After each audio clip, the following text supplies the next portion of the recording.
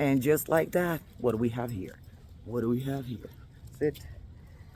See my baby, Eris. My lady. Is my lady? Oh, you look so good. Look at that. We're back. We're back, people. We are back. I'm gonna stretch this girl a little bit before we jump into the car and go to our next place. But look at my baby girl. Oh, she looks so good.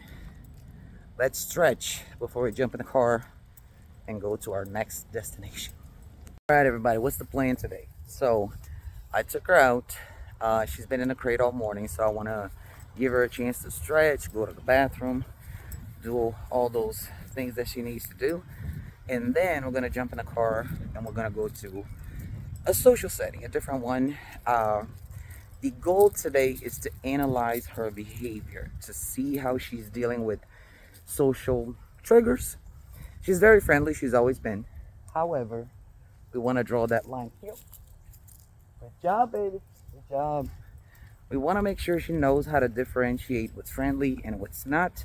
Obviously, she's a Doberman. We want her to use her power a little bit. Not to bite people, not to scare people, but to be alert when the situation arises.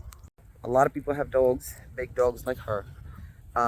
And obviously we want our dogs to be friendly and social and to be able to be with us in different environments. However, we do want to take that power for safety sometimes, right? We want to be sure, we want to make sure that when we are in different situations that our dog can help us be alert, stay alert, and not necessarily go to everybody. Just, a bark or two, a growl or two. It's useful in situations where you're not necessarily safe. The dog can help you with that. And this is what we're going to work with Miss Eris over here. Keep in mind, Eris is e-collar trained. So you see this? She's off leash right there. See? I don't see her that often. But when I do, I know she remembers everything. And this is because she has a great owner, a person that does work with her on his own time to keep this up. Look at that. Ain't that great? Say this, one of the reasons why I work with very few people and very few dogs is because this is a delight. When you get the right person that dedicates themselves to their dogs, it's amazing what you see. Even long term, like I said, I trained her 2 years ago. Isn't that amazing? I see her every once in a while, and sometimes it goes months before. I think I last saw her in May, maybe. Look at her. Isn't that pretty? She's so majestic. Look at that. As dog trainers, you got to make sure that you're reaching the right people that actually understands what you're saying, aligns themselves with you and your idea for training, because this is amazing. Look, and people say, oh, training will go away. No, it won't, because it's that bond right there. I love this dog. I love her. I would just come here for free, literally. That's how much I like spending time with her. This is incredible. This is why I'm still here in dog training. My secret weapon, look at that. That's my baby girl. Good job, mama. Sit. Oh, yes. There you go. That's my baby girl. That's my baby girl. That's my baby girl. Come on, let's go.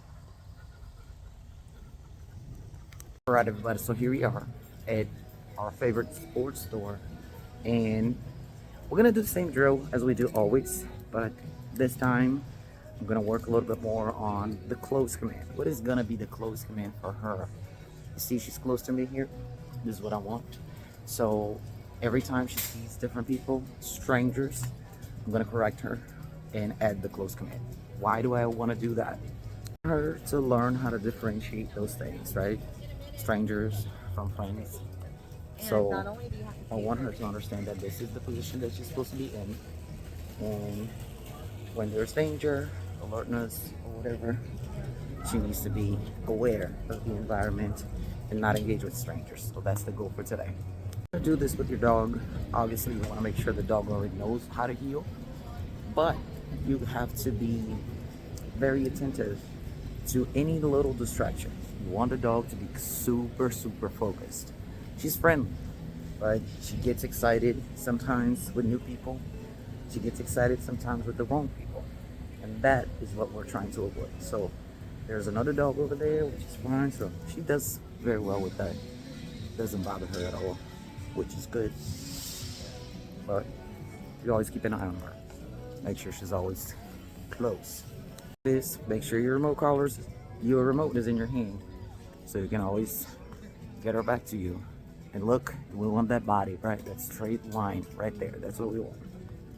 No deviations. Looking straight ahead, close. That's what we want.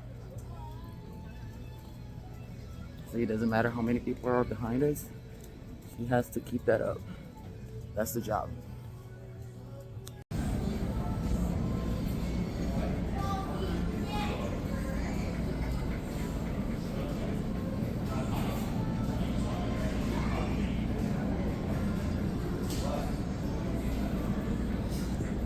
There you go, right? Good job. Look at that. There it is.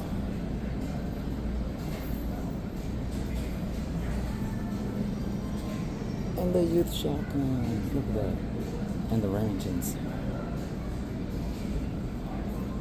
Break. Come on, let's go. Sick. Good job. Good job.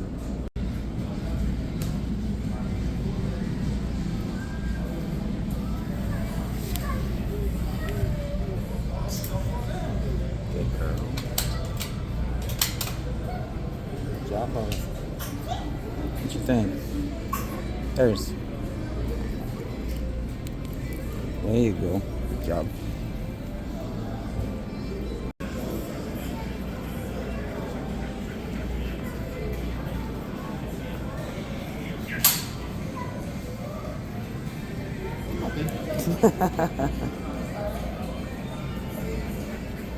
Good job, mama.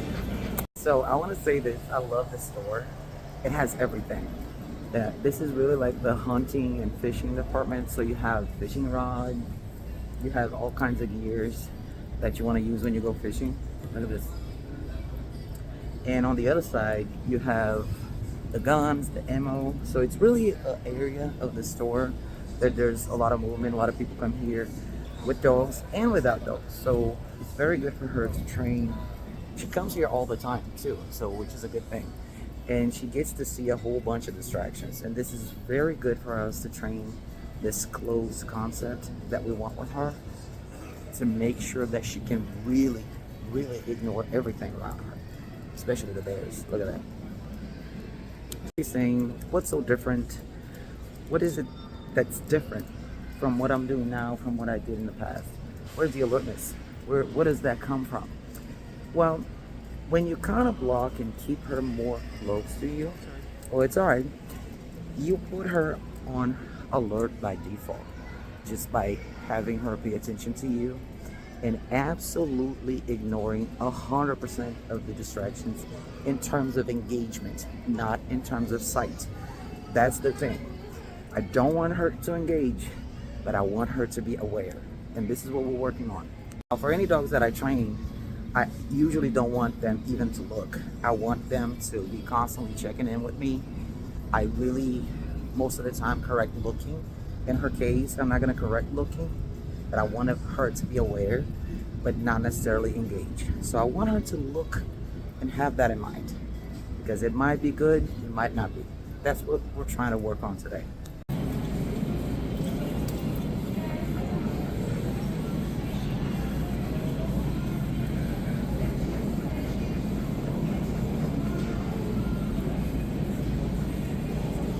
Girl.